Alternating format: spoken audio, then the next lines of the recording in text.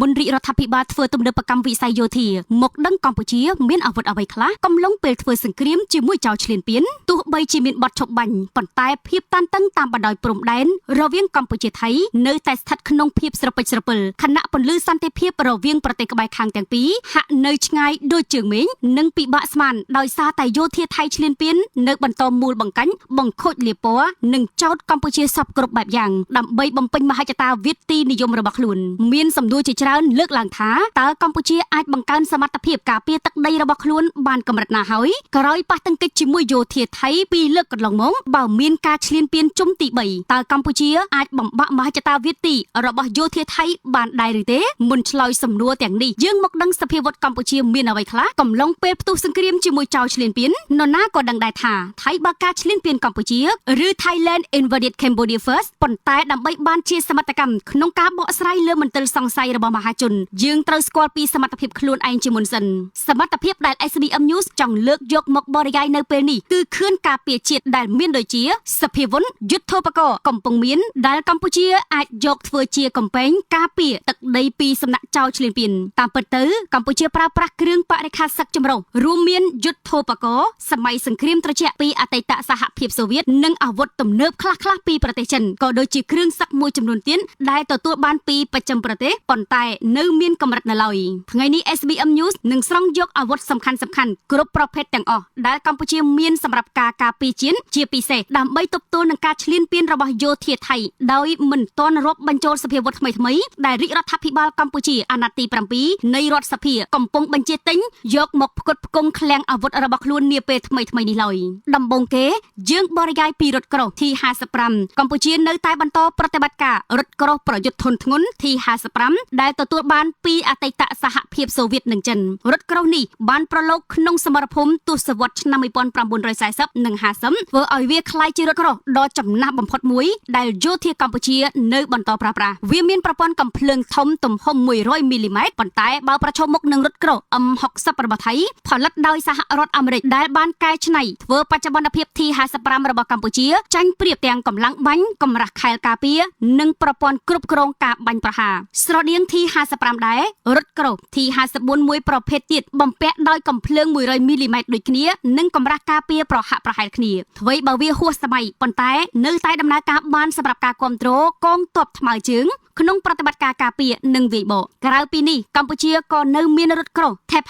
59ដែលវាត្រូវបានធ្វើទំនើបកម្មបន្តិចបន្តួចបើធៀបនឹង T54 របស់អតីតសហភាពសូវៀតរីឯរថក្រោះធុនស្រាលដែលកម្ពុជាកំពុងប្រតិបត្តិការរាល់ថ្ងៃគឺប្រភេទ THEP 63និង THEP 62របស់ចិនវាបំពាក់ដោយកំភ្លើង85មីលីម៉ែត្រដូចគ្នាប៉ុន្តែខុសគ្នាបន្តិចនៅត្រង់ THEP 63អាចប្រតិបត្តិការទាំងជើងទឹកនិងជើងគោកបានបើនិយាយពីរថក្រោះដែកវិញកម្ពុជាប្រើប្រាស់ BRDM2 របស់អតីតសហភាពសូវៀតដើម្បីឆ្លប់យកការលើទឹកនិងលើគោកដោយមានបំពាក់កំភ្លើងយន្តទំហំ 14.5 មីលីម៉ែត្រលើសពីនេះយោធាកម្ពុជានៅតែមានរថពាសដែកប្រយុទ្ធថ្មើរជើងមួយប្រភេទទៀតគឺ BMP1 ផងដែរដែលបំពាក់កំភ្លើង 73 មីលីម៉ែត្រនិងមីស៊ីលប្រឆាំងរថក្រោះ AT3 BMP1 ត្រូវបានរចនាឡើងក្នុងទសវត្សរ៍ឆ្នាំ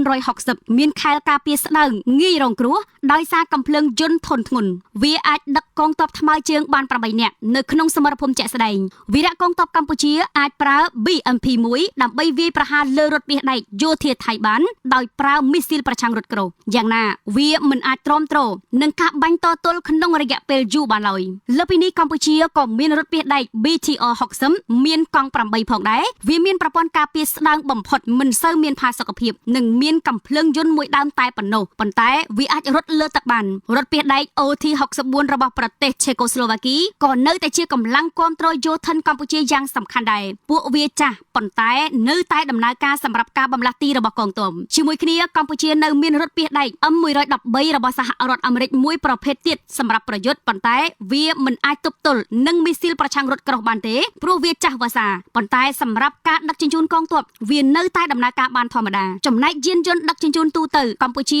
ប្រតិបត្តិការរថយន្តធុនស្រាល Tiger 4x4 ផលិតនៅប្រទេសចិនវា វាអាចចល័តកំភ្លើងយន្តការឆ្លប់យកការនិងការដឹកជញ្ជូនធនស្រាលវាមិនមែនជារថពាសដៃទេប៉ុន្តែអាចបំពាក់អាវុធសម្រាប់ប្រតិបត្តិការល្បាតនិងសន្តិសុខបានក្រៅពីនេះរថយន្តដុងហ្វេងមេងស៊ី 4x4 របស់ចិនក៏បានគាំទ្រដល់ការចល័តយុទ្ធសាស្ត្រនិងការដឹកជញ្ជូនផងដែរសម្រាប់ប្រព័ន្ធកំភ្លើងធំយោធាកម្ពុជាប្រើប្រាស់កំភ្លើងធំ D30 122 មីលីម៉ែត្រ Howitzer របស់អតីតសហភាពសូវៀតដោយអាចបាញ់គ្រាប់បានទំហំ122មីលីម៉ែត្រនិងបានចម្ងាយរហូតដល់15គីឡូម៉ែត្រវាជាអាវុធកំភ្លើងធំធ្លាប់បានឆ្លងកាត់ការសាកល្បងនិងគួរឲ្យទុកចិត្តដែលត្រូវបានប្រើប្រាស់ក្នុងចំនួននានាជុំវិញពិភពលោកក្រៅពីនេះកម្ពុជាបានប្រើប្រាស់កំភ្លើងធំប្រភេទ THEP 59/I